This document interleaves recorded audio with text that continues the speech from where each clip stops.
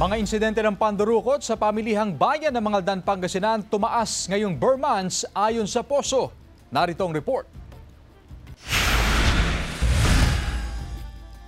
Dumadami na raw ang bilang ng mga taong nagpupunta sa pamilihang bayan ng Mangaldan, Pangasinan habang papalapit ang holiday season. Dahil dito, siksikan ang sitwasyon sa pamilihan at ito rin daw ang dahilan kung bakit nagiging aktibo ang mga kawatan.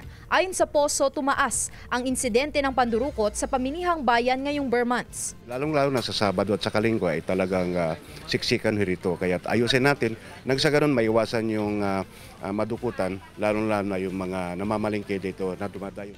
Ramdam raw ng ilang mamimili ang panganib ngayong mas matao ang palengke. Kailangan po, bawat lagi kang nakaganyan na lang yung bag.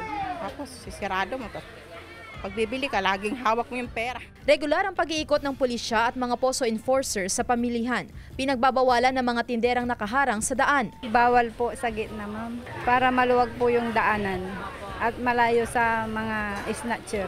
Hihigpitan din daw ng Poso ang mga motoristang dumadaan sa Frianeza Street kung saan nakapwesto ang ilang tindera. Muling lalagyan ng linya ang pwesto ng bawat tindera. Mas maghihigpit daw ang mga otoridad sa pagbabantay hindi lang sa pamilihan kundi sa iba pang matataong lugar sa bayan.